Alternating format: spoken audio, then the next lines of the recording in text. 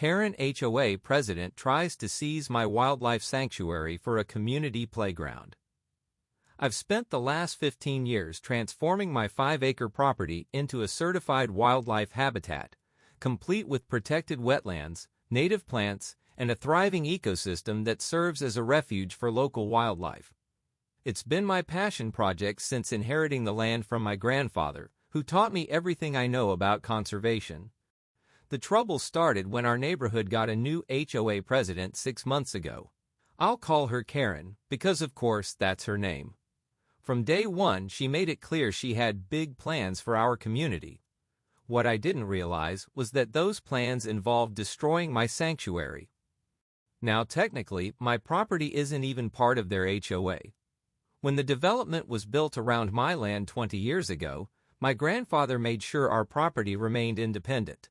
We have all the documentation proving we're exempt from their rules and regulations. But Karen didn't seem to care about little things like property rights or legal documents. The first sign of trouble came when I found her wandering around my property one Saturday morning, measuring tape in hand. I was out filling the bird feeders when I spotted her. "Can I help you?" I called out, trying to keep my voice neutral despite the obvious trespassing. She turned around with this fake smile plastered on her face. "Oh, hello. I'm just taking some measurements for our exciting new community project." "What project?" I asked, already feeling my stomach drop. "The new playground, of course. This unused space will be perfect. We're thinking swing sets here, maybe a splash pad over by those trees." She gestured vaguely at the native wildflower meadow I'd spent years cultivating. I nearly choked. "This is private property. It's a certified wildlife sanctuary. You can't build anything here." Karen laughed like I'd just told a cute joke. "Oh, don't worry about that. The HOA board has already voted to acquire this land for community use. We'll handle all the paperwork." "Acquire? This isn't for sale, and you have no authority here. My property isn't part of your HOA." Her smile turned cold. "We'll see about that. Times are changing, and this eyesore needs to go. The community needs this playground more than some birds and weeds." I stood there in shock as she sauntered off, already typing something on her phone. That evening, I received an email from the HOA board announcing their exciting new community improvement project. They'd even included architectural renderings showing a massive playground complex right on top of my sanctuary. The next day, I called my lawyer. He reviewed all our documentation and assured me they had no legal right to take my land.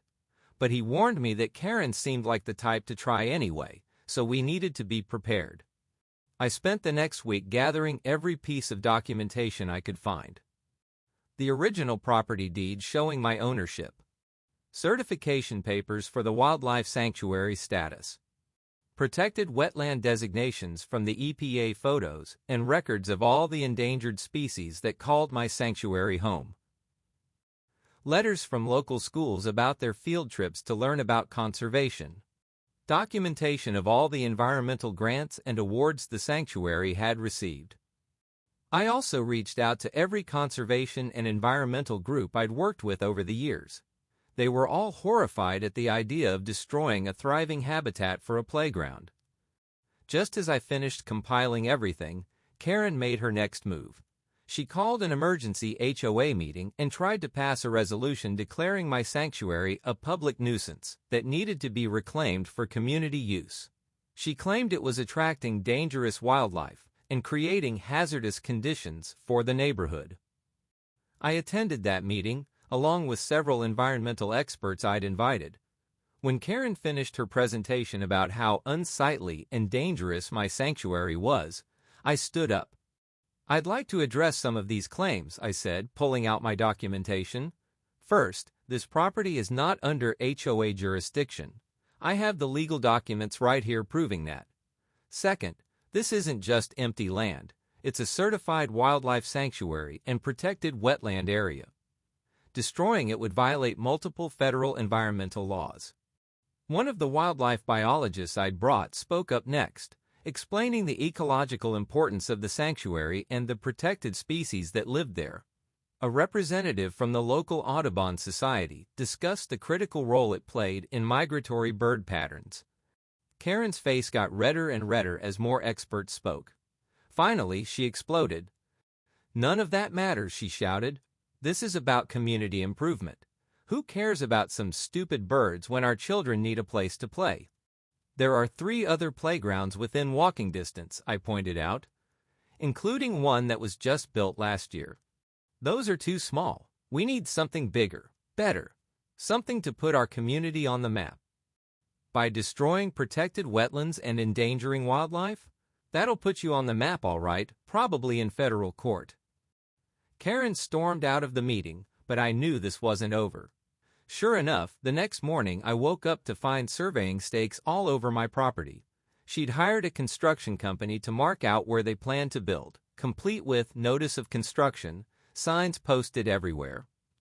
I immediately called the police to report the trespassing.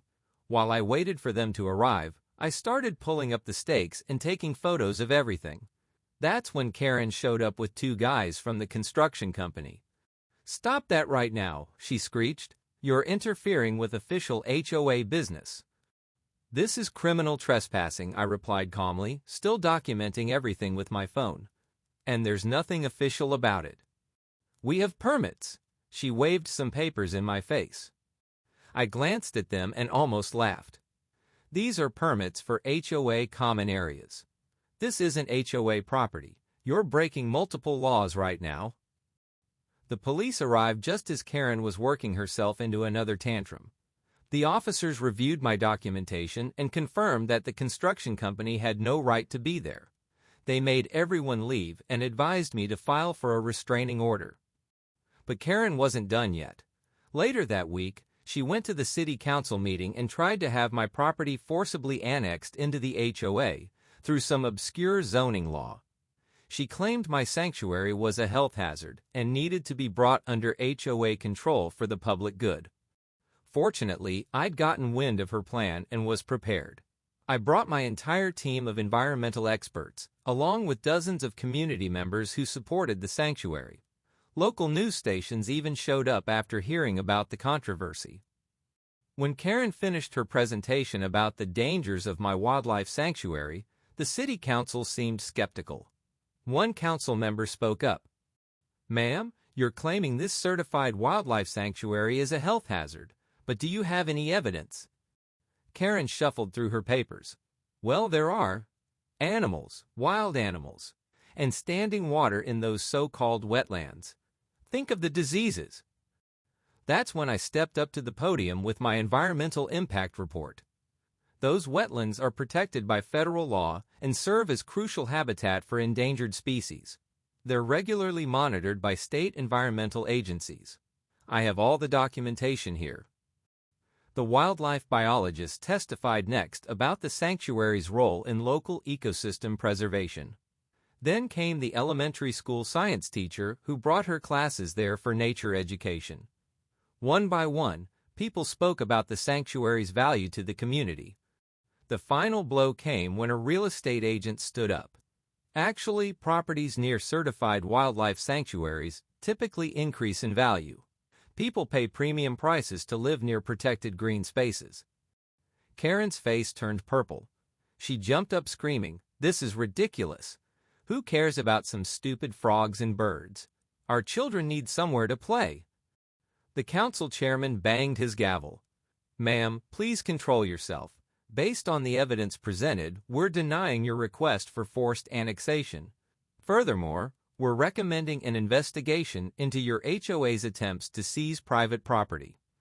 I thought that would be the end of it. But the next morning, I woke up to the sound of heavy machinery. I ran outside to find construction equipment lined up at the edge of my property. Karen was there with a crew, waving what looked like building permits. "Last chance," she shouted when she saw me. "Either accept our generous offer to buy this wasteland, or we're taking it by eminent domain." "You can't claim eminent domain," I said, already dialing my lawyer. "You're an HOA, not the government." "We'll see about that. Start the bulldozers." Just then, 3 police cars pulled up, followed by my lawyer and a court officer. Turns out Karen had forged the building permits. The construction company hadn't even bothered to verify them. They just took her word that everything was legal. The police shut down the whole operation and arrested Karen for attempting to destroy protected wetlands, a federal offense. The construction company was furious about being misled and immediately filed their own lawsuit against her for fraud. But I wasn't done yet. My lawyer helped me file a massive civil suit against both Karen personally and the HOA board for multiple instances of trespassing, attempted destruction of protected habitat, filing false permits, harassment, defamation, from all her claims about my sanctuary being a health hazard, legal fees, and emotional distress. The evidence was overwhelming. We had everything documented: her trespassing on security cameras, her forged permits, her false statements at city council, and all her threatening emails and letters. The HOA board quickly turned on Karen to save themselves. They revealed she had acted without proper authorization, violating multiple HOA bylaws in her crusade against my sanctuary. She had even misappropriated HOA funds to pay for the construction equipment and permits. The judge was not amused by any of Karen's excuses. The final ruling was better than I could have hoped for. Karen was ordered to pay $100,000 in damages and legal fees. She was permanently banned from serving on any HOA board. Both she and the HOA were legally barred from ever attempting to claim my property. The HOA had to pay for additional security measures around the sanctuary. A permanent conservation easement was placed on my land to protect it from future development. The cherry on top? The local news covered the whole story. Karen became known as the HOA president who tried to bulldoze protected wetlands for a swing set. The publicity was so bad she ended up moving away. The sanctuary is still thriving today. In fact, the whole incident brought so much positive attention that we received several conservation grants to expand our educational programs. Local schools regularly bring students for nature walks and wildlife observation. Even some of the HOA residents who initially supported Karen's playground plan have become sanctuary volunteers. Last week I installed a new sign at the sanctuary entrance: Protected Wildlife Habitat, No Development Allowed. Federal law. Below that, in smaller letters, trespassers will be prosecuted. And yes, that includes HOA presidents. Update, 6 months later. First off, thank you all for the overwhelming support on my original post. A lot has happened since then, and I thought you might want to hear how everything turned out. Remember how Karen got banned from serving on HOA boards? Well, turns out that was just the beginning of her troubles. The construction company's lawsuit against her for fraud went to court last month. They won big. Karen had to pay them $75,000 for damages to their reputation and lost business opportunities. Apparently, other neighborhoods had canceled contracts with them after hearing about the wetlands incident, assuming the company was knowingly involved in illegal development. But here's where it gets really interesting. During the construction company's lawsuit, their lawyers uncovered evidence that Karen had been running similar schemes in other communities before moving here.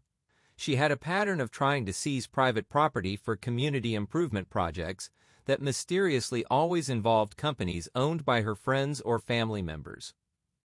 The FBI got involved because some of these schemes crossed state lines. They found that Karen had been getting kickbacks from certain contractors and had even set up fake companies to funnel HOA funds into her personal accounts. Last week, she was indicted on multiple counts of wire fraud and conspiracy. My lawyer called me laughing when he heard the news. "Remember when she claimed your sanctuary was the health hazard?" he said. Turns out the real hazard was her criminal enterprise. As for the sanctuary, all this publicity had some unexpected positive effects. A local TV station did a feature story about our educational programs, which caught the attention of several major environmental organizations. We've received over $200,000 in grant money for expansion and improvements. We used the funds to build a proper visitor center with educational displays, Install raised boardwalks through the wetlands to allow better wildlife viewing. Create a butterfly garden and native plant nursery. Hire 2 part-time naturalists to help with tours and maintenance. The best part? Remember those HOA residents who supported Karen's playground plan? Most of them have completely changed their tune. Last weekend, we had our first Community Science Day, and over half the neighborhood showed up to help catalog species and plant native wildflowers. One former Karen supporter, who's now one of our most dedicated volunteers, pulled me aside during the event. "I can't believe I ever thought a playground would be better than this," she admitted. "My kids have learned more from 3 months of visiting the sanctuary than they did in a year of science classes. Thank you for fighting to protect it." The HOA itself has undergone a complete transformation. The new board is actually partnering with us on conservation initiatives. They've replaced the old Lawn of the Month contest with awards for native plant landscaping and wildlife-friendly yards. They're even talking about converting some of their unused common areas into mini habitats connected to the sanctuary. Remember those 3 playgrounds I mentioned that were already in the neighborhood? The HOA is using the money they saved from Karen's legal fees to upgrade them with natural play areas and educational signs about local wildlife. The kids love them, and they cost way less than Karen's massive complex would have. We've also seen some amazing new developments in the sanctuary itself. Last month, we documented a pair of endangered wood storks nesting here for the first time. The wetlands have become a major stopover point for migrating butterflies. We even found evidence of river otters using the stream corridor. But my favorite update involves Karen's old house. After she moved away, ahead of the FBI investigation, it sat empty for a while. Guess who bought it? The state's Environmental Education Department. They're converting it into a field station for wildlife research and student programs. I had to laugh when I saw their first improvement project. They ripped out Karen's pristine lawn and replaced it with native meadow plants for pollinators. The irony is just too perfect. As for Karen herself, last I heard she's facing up to 20 years in federal prison if convicted on all counts. Her lawyer tried to negotiate a plea deal claiming she had an addiction to community improvement, but the prosecutors weren't buying it. The HOA's insurance company is still dealing with the fallout from her actions. They've had to pay out several settlements to people she harassed in other neighborhoods. They're now requiring HOA boards to have ethics training and background checks. I've been asked to speak at several environmental conferences about how we protected the sanctuary. My lawyer is helping me write a guide for other landowners dealing with similar threats to their conservation areas. We're calling it, How to Stop a Karen from Killing Your Wildlife. The sanctuary's story has even made it into some college environmental law courses as a case study. One professor told me it perfectly illustrates the intersection of property rights, conservation law, and community activism. Last week we installed a new educational display in the visitor center about the sanctuary's history. It includes a timeline of major events, including what we now call the Karen incident. I made sure to frame her original threatening letters and forged permits as examples of what not to do. The display ends with my favorite photo, a family of foxes playing in the meadow where Karen wanted to put her splash pad. Next to it is a quote from my grandfather. "The best playground is the one nature already built." Sometimes I walk through the sanctuary at sunset, listening to the frogs and crickets tuning up for their evening concert, and I can hardly believe someone wanted to destroy all this for some swings and monkey bars. Thanks to everyone who helped us protect it, this land will stay wild for generations to come. Final note. For those asking about visiting, we now have regular open hours and guided tours 4 days a week.